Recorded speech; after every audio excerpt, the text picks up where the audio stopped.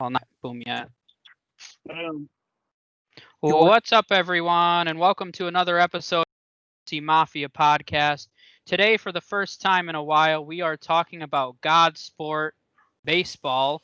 So, we're going to go over the top 15 free agents today, talk a little bit about them and where we expect them to go or some potential landing spots. So, we're going to start with number 15, which is Jake Odorizzi, starting pitcher. Had a little bit of a bumpy season, but this isn't a strong free agent class in terms of superstar power. When we get to the top few guys, there's some decent players, but not very many superstars. So it's a deep pitching class, though, with a lot of guys who are going to fill in kind of that fourth, fifth role for a lot of teams. So Rydawg here with Dr. Fantasy.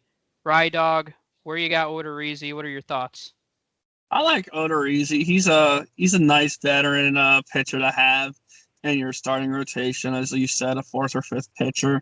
As far as where I think a landing spot goes, I see a lot of teams possibly signing him or having interest in him, just because he is your typical 3 ERA guy. He can get some strikeouts when he needs them. Overall, I think I could see Boston signing him, or even possibly Toronto. Toronto could also use a couple pitchers as well this offseason. So I see him staying in the AL. I'm gonna be kind of interested to see what kind of deal that he gets because he's been very up and down in his career. I mean, he's had seasons where he's looked like an all-star caliber pitcher, and then other years he's just looked absolutely horrendous. So I don't expect him to get a very big deal. I think he's more of like a high upside guy. So I'm interested to see if a team like Boston signs him as a high upside guy, or you see him get kind of a low end contract with incentives from like the Pirates or the Giants or one of those teams with a terrible rotation.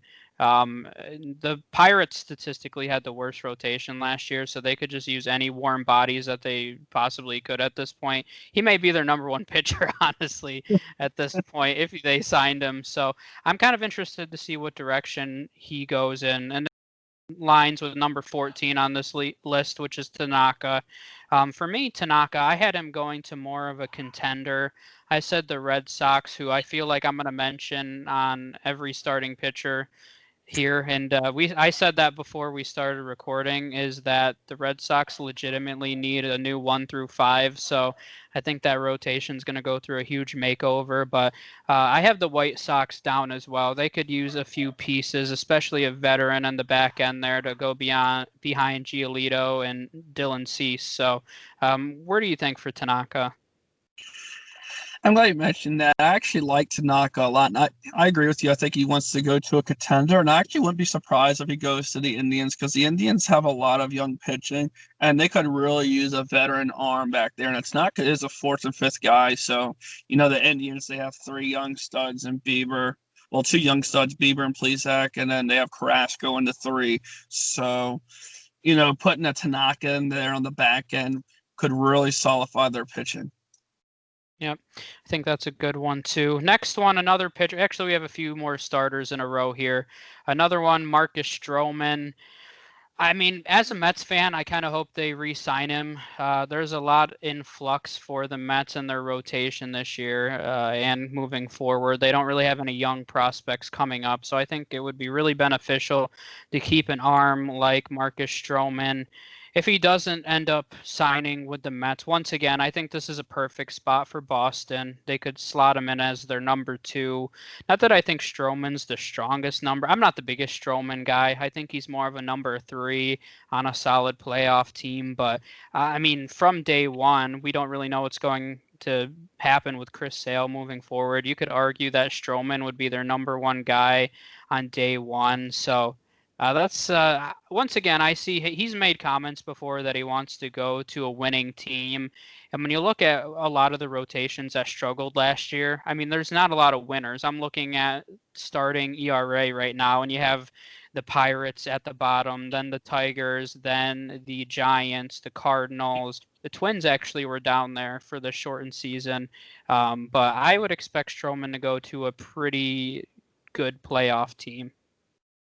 Yeah, and I agree with that. And I actually wouldn't be surprised if Stroman goes back to the AL East and he goes with the Yankees. I mean, the Yankees will pay up for pitchers, and the Yankees behind Cole, and I don't see them re-signing Tanaka. They're gonna need another pitcher, and I think Stroman.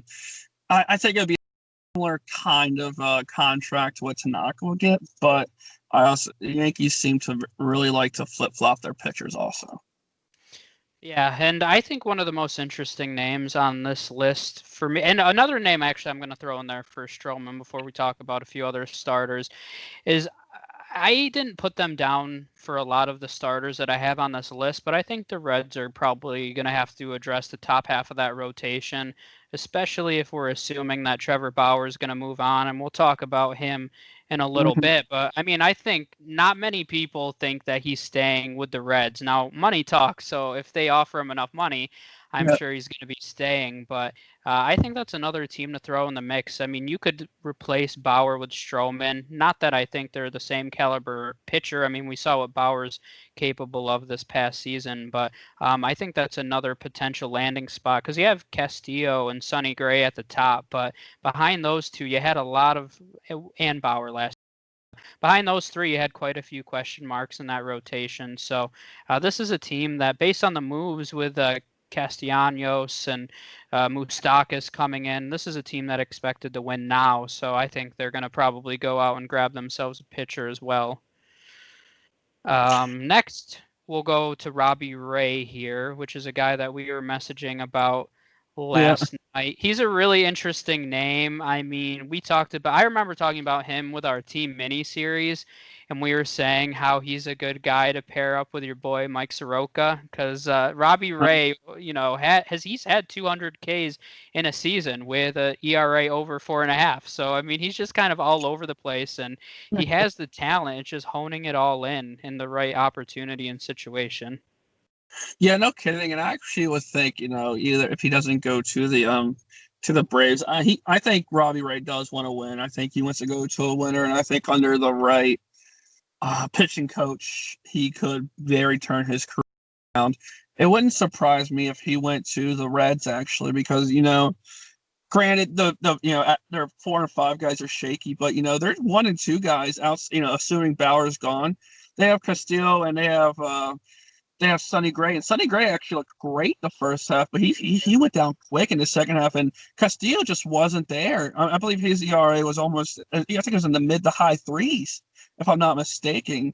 So Luis Castillo, we expected him to be a low three, high two guy. He was supposed to be their ace in the hole, and man, it did not look good. I think the Reds just didn't click. They tried to buy a super team and it just didn't work. So, now you have to wonder if Bauer was, in my opinion, their best pitcher. So, and if he leaves, you're going to have to find a solid ace. Is Bauer that? I mean, is Robbie Ray that? No, but I believe he could.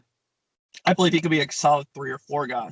So, Yeah, and you mentioned last night too that he could use a little bit of coaching. I mean, yeah. one of the ones that I'll throw out there that's just kind of interesting to me is the Astros. I don't know if they necessarily would target him, but they've been known their pitching staff for working with kind of reclamation projects like Robbie Ray, guys that are they just need fine tuning on their mechanics and maybe their pitch selection. So I mean, they had some younger guys that stepped up for them towards the end of the season, so I don't know if they'd be looking for a veteran arm, but maybe with question marks around Justin Verlander, they'd be a little more willing to give Robbie Ray an opportunity. If Ray is serious about turning his career around, maybe he takes a 1 year deal with the Astros, gets coached up, and then takes a bigger deal next season. I see that as a possibility. If not, a few other names that I haven't mentioned that need pitching, and this kind of goes James Paxton is next, so it kind of ties in with him as well. But Texas and Seattle both have problems in their rotations right now. Seattle is a lot better than people were expecting this year. I mean, they have a very young, exciting core of players getting called up on the brink. Probably in the next year or so, we're going to see them. So maybe they're looking for a veteran presence there. For James Paxton, another team that I threw in there as well is actually the Chicago Cubs. I think the Cubs, they don't have a lot of depth to their rotation. I mean, we saw when I mean, Tyler Chatwood went through his really hot streak in the beginning of the year. Alec Mills went through a really hot streak in the middle of the season. But besides that, they really struggled at the back end and towards the top of their rotation. So I think they're another team that's going to go out there and be competing for some of these starters. Yeah, and that's funny you mentioned it because you had Robbie Ray projected going to the Astros, and I wanted, for the record, I think Astros are definitely going to get another pitcher, and they rejuvenated Justin Verlander's career. They also did the same thing with Garrett Cole. Let's remember, Garrett Cole with the Pirates was one of the most shakiest, inconsistent pitchers that we have seen in a long time. And granted, he was doing everything he can with the Pirates, and we knew the talent was there. I'm not comparing James Paxton or Robbie Ray to Garrett Cole for the record, but that, like you said, yes, you are. You did it. I did it. Fire me. But no, the Astros have a record of helping these guys. And Paxton, we know the potential's there. We know the potential's there with Paxton. I think Paxton goes to the Astros, and I'm not going to be calling him a superstar. I definitely see Paxton as a guy that could be a really good number 3 pitcher for the Astros. Yep. Yeah, and I think they're definitely going to be looking for that. And they're not afraid to spend money. So I wouldn't be surprised if they went in that direction either. And I mean, the Astros are, it sounds kind of weird for a team that has a terrible reputation. But I think for pitchers, it's a pretty desirable landing spot just because you have an opportunity to work with that coaching staff. Like I said, if Robbie Ray had the opportunity to sign a 1-year deal there, I bet he hops all over it. He gets his career together and signs a long-term deal. So James Paxton's in the same boat, though. I mean, we've seen even more upside from him than Robbie Ray. I mean, he with Seattle went through some really hot streaks where he looked like a legitimate ace. So that'd be a nice fit there as well. Let's get to some position players. We've been talking about pitchers, and we'll talk about a few of the top ones. Actually, we only have one more starter on this list, which will be Trevor Bauer coming up. But next is a guy with a little controversy around him right now, and we have Justin Turner, who we're recording this the day after the World Series, so a little bit of controversy around him. So, Rydawg, I know you wanted to talk a little bit about that. So, what do you think about Justin Turner and the circumstances, I guess I'll say, surrounding him? I mean, celebrating a World Series only comes once in a lifetime. I guess so does COVID. So, in all seriousness, look, it's not like, and we discussed this earlier, and it's not like his teammates are like, "Look, man, you're sick as a fucking dog. Go home." No, you're celebrating a World Series. Like, this is your boys. It's most of those guys are the same guys that got screwed out of the World Series a few years ago. So, they're not going to tell them to go home because it's the last game of the fucking season. So what? They get to go home. What? Isolate themselves for 2 weeks. Then what? It's still the off season. They don't. They won. They're going to go out there. They'll stay at home for 2 weeks. Whatever. And Justin Turner he's a 300 hitter. He's a veteran, and he's a guy that's going to hit you 25 bombs, whether he plays half the season or if he plays a quarter of the season. His stats are there, his numbers are there, his fielding's great. So as far as where I think he's going to go, I think he's going to stay with the Dodgers. I don't think the Dodgers are going to screw him out of any money either. I mean, I don't think he's going to look for a payday. I think Turner's kind of loyal to the Dodgers too. And this situation that did happen, it will affect his market as well. So at the end, I think he stays with the Dodgers. Yeah, I would personally be surprised if he left the Dodgers as well. And I mean, in regards to that, I mean, I mentioned that before too, and you brought it up and I agree that, I mean, if your teammates are saying, dude, go in the clubhouse, get away from us, it's one thing. I mean, that's selfish if you're just not listening to the people around you. But I mean, you mentioned when you think about this Dodgers roster, he's been there through it all. He didn't just sign with them like Mookie this year, and Mookie obviously brought a lot of energy to that team, but Justin Turner's been there since 2014, so he's been through those tough World Series losses. So, I mean, he wanted to celebrate this moment. And I think it's easy for people at home to say, hey, you shouldn't be doing that. But I think that most people, if we were in his circumstance and in his shoes would have done the same thing that he did. And that's the reality of it. It's easy for me from my computer here to type, Justin Turner's an idiot and he should be suspended and blah, blah, blah. But I mean, anyone Yeah. who says they wouldn't react the same way is lying to you. So I would be surprised going back to where I think he could go if he left LA as well. If he does happen to leave, it's going to be to a contender. I don't think at this point in his career Justin Turner really has much to prove, so it's not like he needs to go sign with the Pirates and put up big numbers or anything like that. I think if he continues to play baseball, it's just going to be to have the opportunity to win.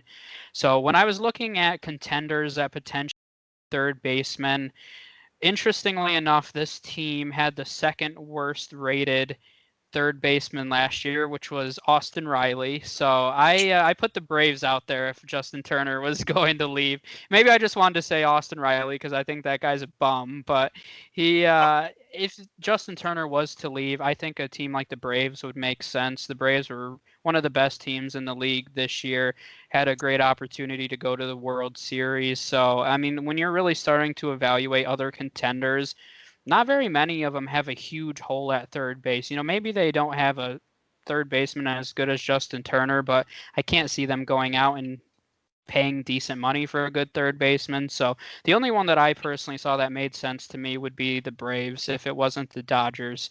And like I said, I'd be shocked if he went to a losing organization. Oh, I disagree. I think the Nationals could use a third baseman. Oh, come on. Keep fucking sucks. That's because I said contending teams. Oh.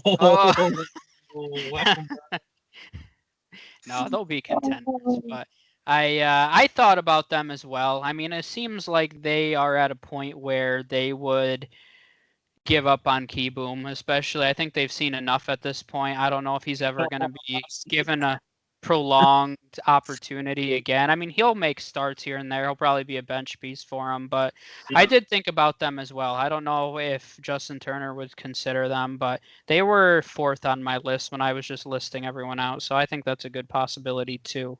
I mean, yeah, we didn't. I just don't see Turner leaving, and I mean, Luis Garcia really showed up. Keyboom. Luis Garcia just walked onto the scene like, "Oh man, you've been here before. Well, why don't you take some notes? Here's how you hit a fucking ball." I mean, Keyboom's bad though. I mean, surprisingly enough, Keyboom was the 1, 2, 3, 4, 5, 6, 7, 8th worst third baseman rated this year. So he wasn't even one of the bottom few. Only 8th worst. But he didn't play every day, so yeah. So, he would have been the worst or second. He would have been the top 3 worst if he played every day. So the worst rated, and this is by just WAR in terms of WAR last season, which I know some people don't buy into WAR, but Eduardo Escobar was actually the worst rated last season. So I thought that was kind of interesting. He had a pretty challenging season. Yeah, the shortened season probably got to him. A little bit. Just pack it in. If you start to struggle, it's over. Yeah. Right. Let's go to another offensive force here. Nelson Cruz is going to be a free agent at 40 million years old or whatever he is now. This is another situation where I think his options are going to be limited, especially since it doesn't look like there's going to be a DH in the NL next year, which is just, I mean, a lot of teams were using the DH more for flexibility. So if a guy needed a day off, they were rotating guys in and out of the DH spot. So it's tough. Nelson Cruz, and I felt that on some of my fantasy.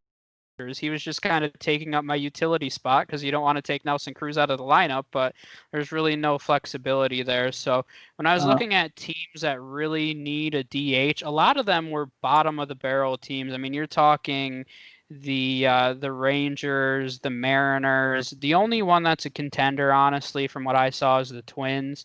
So to me, it makes sense. I know he's chasing 500 home runs here.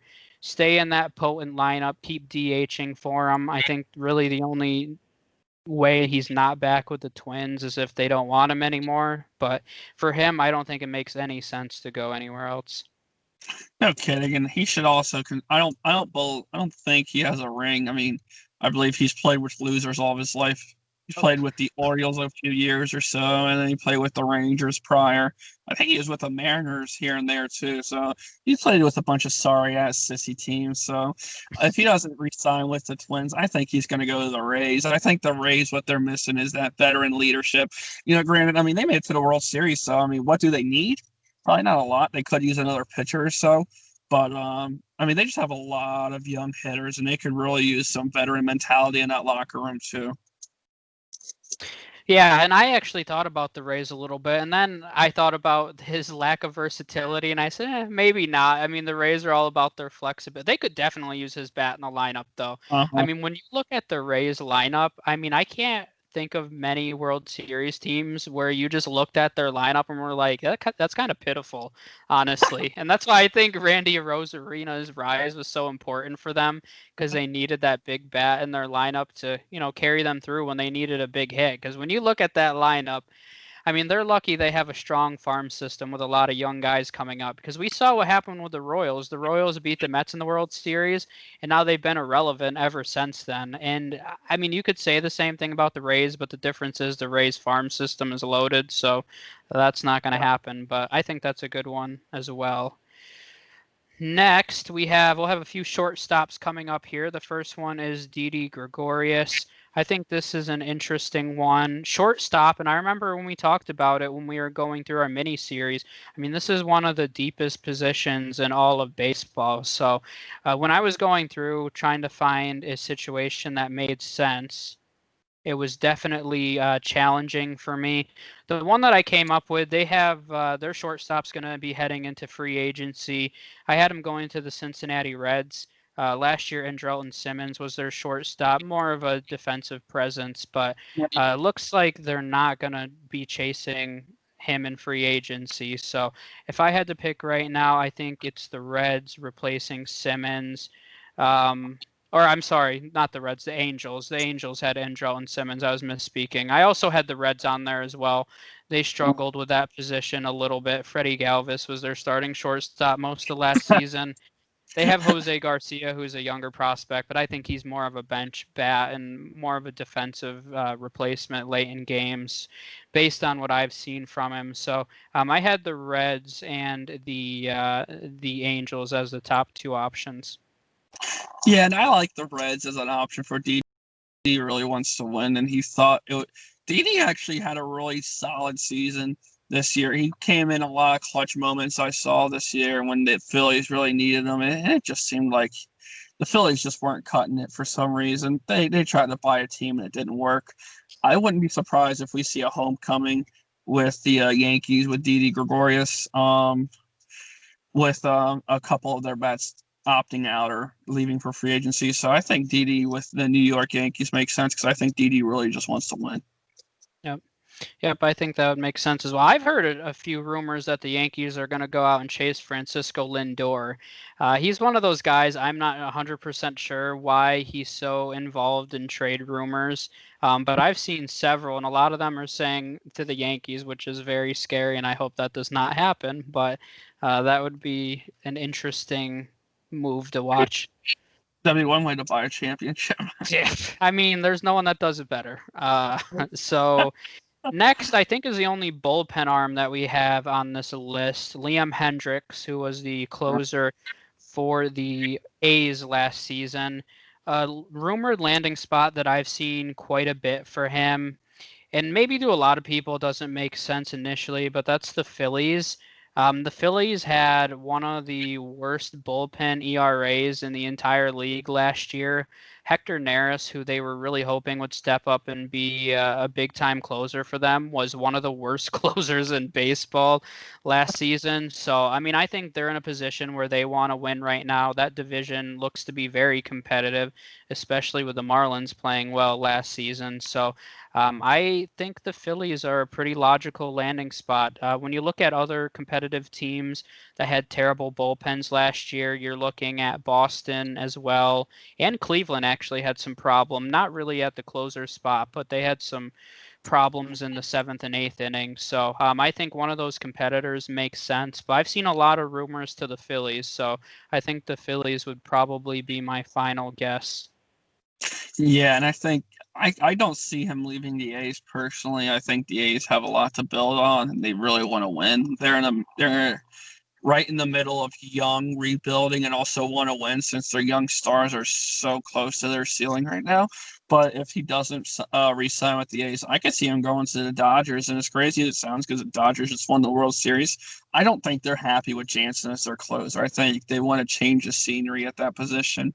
And I think Hendricks going to the Dodgers is only just going to make one of the best bullpens in baseball that much better. Gosh, that would be a disaster. I do not want to see that at all. I mean, but we saw in the World Series in Yep. some important spots. I mean, Blake Trinan actually got a save. What was it, Game 5, I believe it was. Yep. I mean, they didn't trust Kenley Jansen in big moments, and this is a team that is World Series or bust. So they have the money; they'll go out and do it. So I think the A's as an organization, it's going to be really interesting to see what they do with those young pitchers because they go very deep in their rotation and they kind of have a log jam right now and they have to decide what they're doing with I mean Puck and Luzardo. I mean there's already been some rumors that they may convert one of those younger guys and groom them into a closer. So if they don't sign Liam Hendricks, I think it's a sign that they're going to groom one of those young prospects into their future closer. I mean, which would be unfortunate. I don't know if it'll be Luzardo or Puck. They have some other guys that are higher in the minors right now that they could groom for that position as well. But this is a team with a lot of pitching flexibility because they had one of the best bullpen ERAs last year. So I think they should try to retain him as well. But if he commands, he's probably going to command a decent contract because he's by far the best closer on the market. And usually the A's don't go out and spend big money. So we'll see Yeah. what they do with him. I mean, he'll probably make 12 or so million dollars a year. We've seen some of the bigger closers get that per year. So that seems like a crazy contract, but that's what I would expect. Something, 3-4 years at $12 million a year, I think is what you're going to be looking at for him. Yeah, and that's the reality of it. Hendricks is one of the best in the game, so he's going to get one of those top contracts at his position. Next, we have one of your favorites on this list, DJ LeMahieu, who I think is a really interesting name. Just because he can fill so many roles for a team. He was one of the ones I struggled with the most because I mean, so he primarily played second base for the Yankees, had a lot of success there. I mean, when I'm looking at competitive teams that need a second baseman, one of the ones that pops out to me was the Oakland A's. I mean, they went through kind of a rotation. They were going through the second baseman by committee last season with Tony Kemp. They ended up trading Jorge Mateo to the Padres, but I mean they started like 5 different guys at second base. So I think a competitive team like that, slotting in DJ LeMahieu would make a lot of sense. Other teams that I was kind of looking at that need a second baseman, Boston and the Cubs as well. So I would like to see him go to Oakland. I'm a big fan of how the A's are building their organization. So I'd like to see him go there if he's not returning to the Yankees, which I mean I think makes sense for him. And if they want to pay him, they can give him all the money in the world. But he's an interesting one. I don't think he's being talked about as one of the bigger free agents. I keep hearing about Springer, Bauer, and Realmuto for the most part, but I think DJ LeMahieu is a really interesting name to watch this offseason. Yeah, and I agree.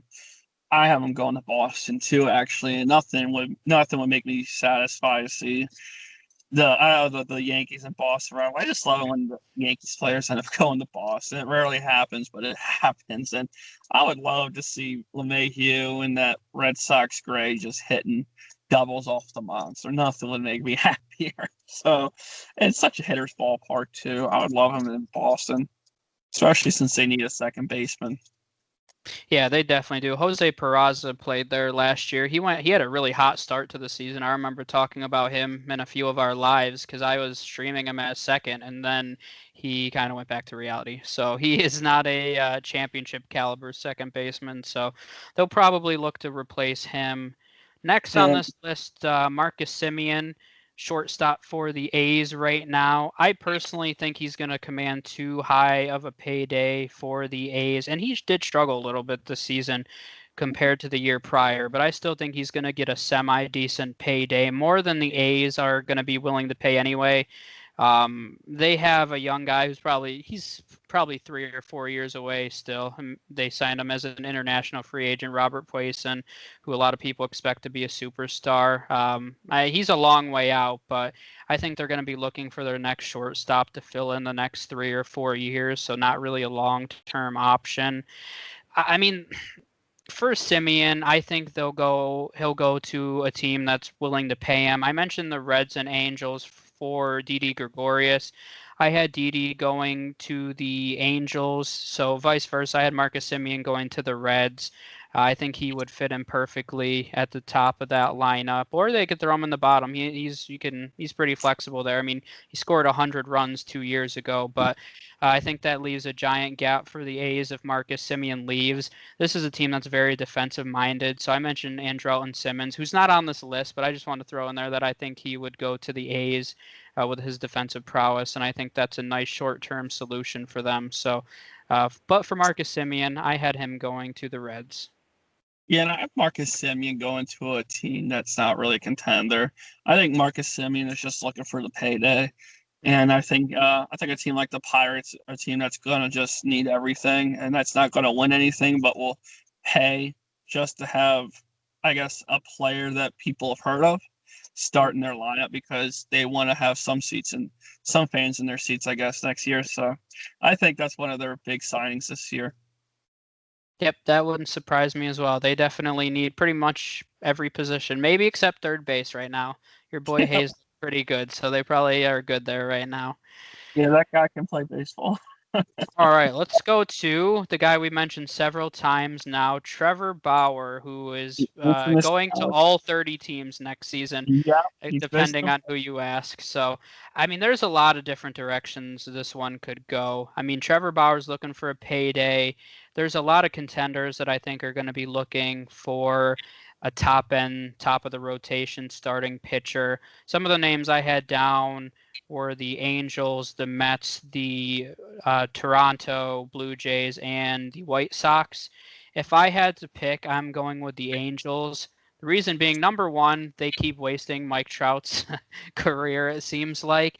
And I mean, their starting rotation is really bad when you look at the Angels as a whole. So, I mean, they had Bundy, who really saved them last year with his comeback year, but I mean, they have a lot of question marks. Three of their five starters had negative WARs last year, so they were really bad last year. So it's tough, and we've seen it with the Rays. I mean, it's tough to make it far in the playoffs without a strong rotation and a strong bullpen. So I think the A's need to address that immediately. The thing that kind of put it over the edge for me personally is he is an LA native. I don't know if that matters to him, but it right. just makes sense. You go home, you make some money, you go to a team who in theory should be contending, and he can be their ace. So I have him going to the Angels. I actually agree with that too, because the bottom line is the thing that's stopping the Angels is their pitching. They got Rendon last year, and they have Trout. I guess Upton was supposed to be their third hitter in the team that hasn't really looked like it, but they need pitching in reality. Otani is just not healthy for what other reason. But yeah, they need another pitcher, and I wouldn't be surprised if they spend the money for Bauer. Yep, I think it would make a lot of sense for everybody. Then we have the top few position players here, last three. First is Marcell Ozuna, a name that's going to come up pretty frequently here. I have three teams in mind for him. The first one was the Indians, who have kind of a hole in their outfield right now. Obviously that would make their lineup even more potent than it already is. He did DH primarily last season, so obviously if he stays in the AL, there's a little bit of flexibility there as well. Another spot that I had was the Phillies. The Phillies, they were starting Harper, Roman Quinn, and McCutchen for the most part in their outfield, so I think they could use a stronger name. And I know the Phillies, a lot of people are talking about them making big moves. So that's another spot that wouldn't surprise me. And then I have the Rockies. I mean, if Ozuna wants to get paid, I think it makes sense and he could put up some big numbers there. But at the end of the day, I'm going to stick with the Indians, who I think are, especially if there's any questions surrounding Lindor leaving. They're going to need another strong bat in that lineup. So I'm going to stick and go with the Indians. Yeah, and I'm actually gonna take a little. I'm gonna go a little wild card here, I guess you could say. I'm gonna say the Astros. I just think they're gonna have an outfielder leaving, and then they're gonna want to replace it. With they have Tucker and they have Brantley, and I just think they're gonna have a hole out there in the third outfielding spot. I think they're hitting. It could have been a little bit better. I mean, they were they. It was a tough series for them for the ALCS. It really was, and I think they're gonna have to make some moves in the off season. And I mean, I wouldn't be. Who would want to go to the Astros? Is kind of the end of but money talks. And if anybody takes a big payday, it's guys like Ozuna. He's taken a payday or two so far in his career. And I don't think a infamous history of the Astros will stop him from taking another one. Yep. And speaking of holes in the Astros outfield, George Springer was next on the list. So we'll go right to George Springer then, who sounds like you believe that George Springer is going to leave. It seems like that's what a lot of people believe, even though publicly Springer's said numerous times that he wants to stay there. I mean, I think that's really what everybody says. He's been kind of the biggest name in free agency. People keep talking about him and where he's going to go. I mean, I've jokingly said the Nationals to you a few times. I mean, do you think that? I mean, that's honestly where I have him going. I think that it makes sense. I mean, I don't know if he necessarily would play center field for him if they want to keep Robles there, so probably not. Robles, just for the record, was one of the worst rated center fielders, but he had a tough year. They're definitely not going to give up on him. But I mean, I think that you could have an outfielder, Robles, Springer, and Soto. And I mean, I just think it's absolutely dynamite. So as much as I was kidding about it, it honestly wouldn't surprise me. And that was my guess. I don't expect him to be one of those guys that goes somewhere just to get a huge payday. I think he's going to be looking, of course, to get paid, but I do think he's going to stay somewhere competitive. He has been with a winning organization. So I had him. Ultimately, I do think that he will stay with the Astros unless he wants to get rid of or stay away from that reputation.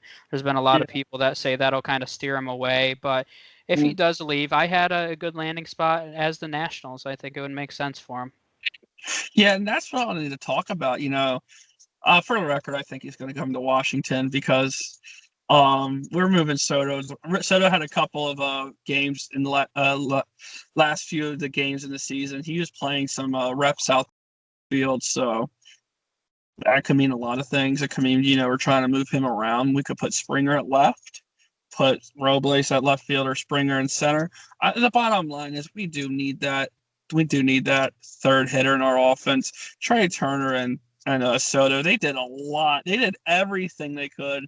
I mean, they were both hitting 350 each at one point, and they were just crushing the ball. And you just can't get it done with two hitters.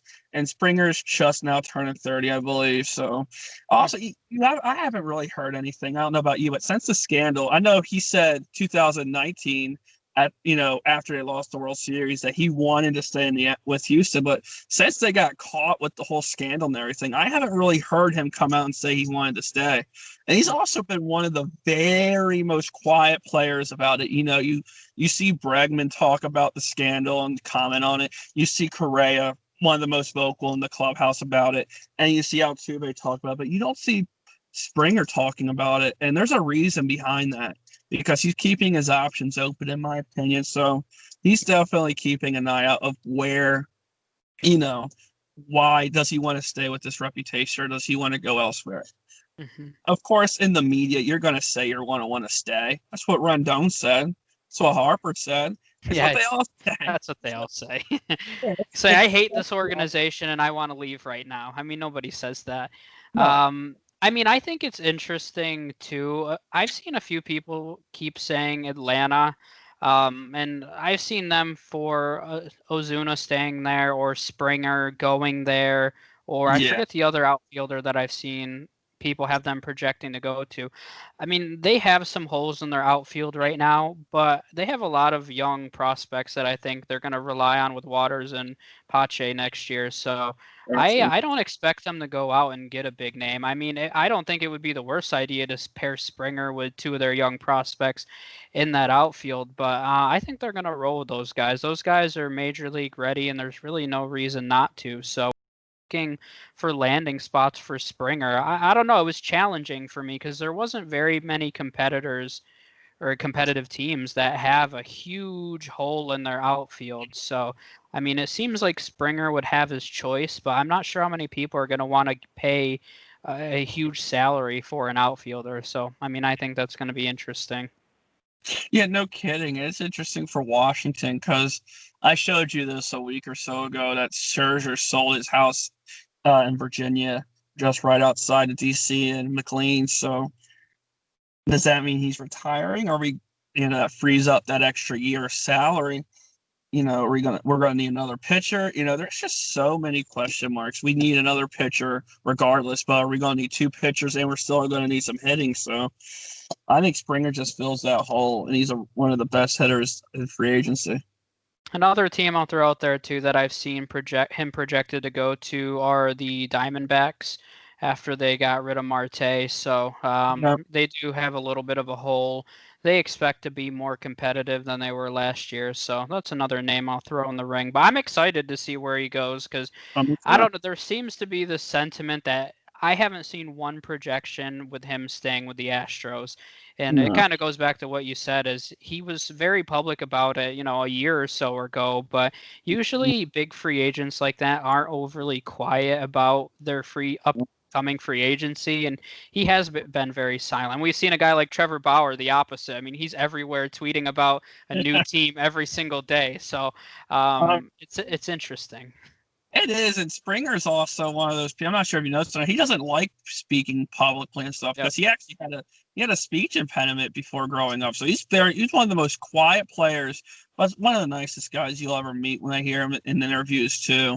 And now he got over that speech impediment when you hear him in interviews. But guys like that have had problems. They don't want to be overly talking or overly active on social media or whatever, or constantly oh, I'm coming here.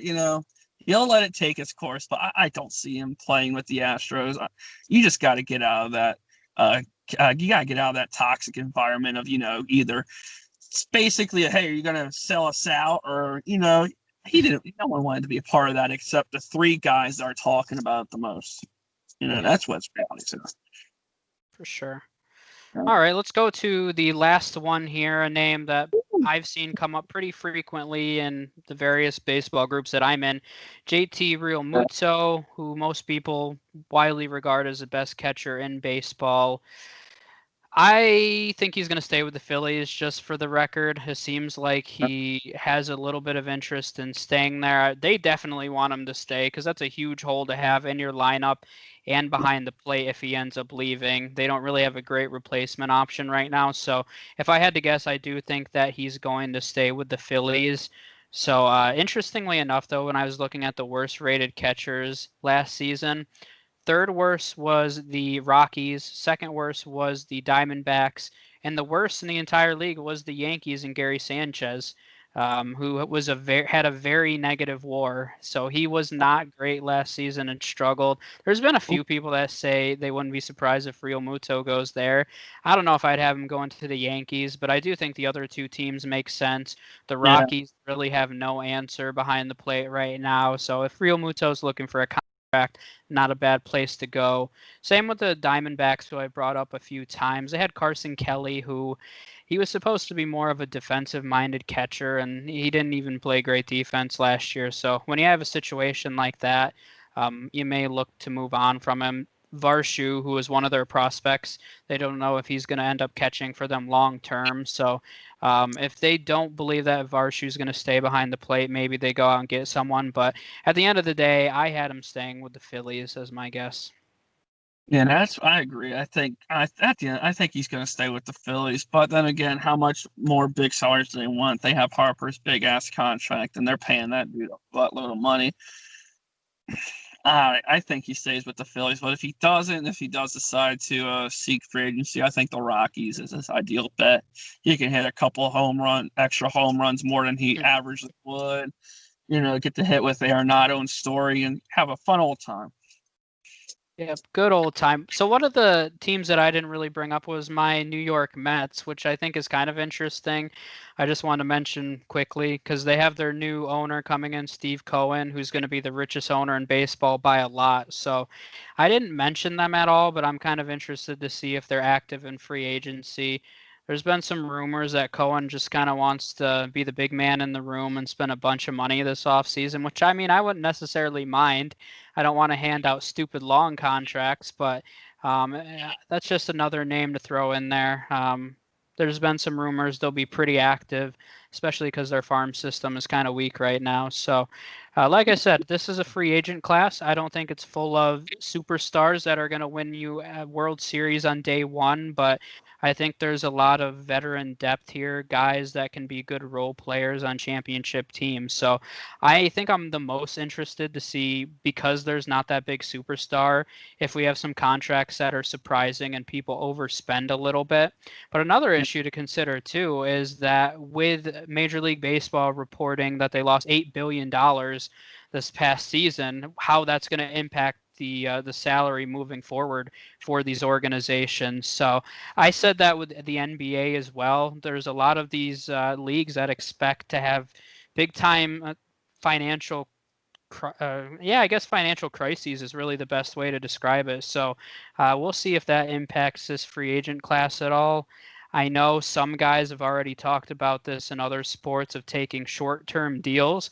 That way the salary cap situation can blow over and then they can sign longer and bigger deals in 2 to 3 years. So we'll see if that's a scenario that plays out in baseball. But it'll be a fun off season. I'm looking forward to talking Yeah. more baseball.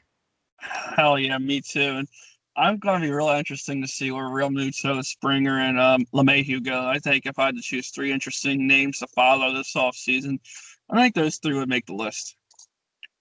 Yeah, for sure. And I always throw Trevor Bauer in there. I mean, I like to see, because pitchers, I think, can have such a huge impact on a team's chances of making the playoffs. So, I mean, when you're talking about top end pitchers, there's really not many. We talked about Trevor Bauer, and then in the beginning, we talked about some questionable pitchers that are more looking to turn around their career. So, I think Trevor Bauer is going to be highly sought after. And if there's one guy that I think will get overpaid this offseason, it would probably be him with somebody that's really looking to compete and change their rotation. So I'm looking forward to it. Any other final notes you want to make? I'm good today, Doc. I mean, we can't. Hopefully, we'll touch back once some of these winter meetings are talked about, and we can start giving out some rankings and giving people the opportunity to win their fantasy baseball league. Because at the end of the day, we're not talking about no pussy ass football or lame basketball. This is God's sport. This is Those ice fairies. This is the number one sport in the world. That's facts. Hashtag facts. That's all we have today. So make sure you go check out the Fantasy Mafia on Facebook. Join our Facebook group, the Fantasy Hotspot. You can talk all things sports there with your fellow sports fans.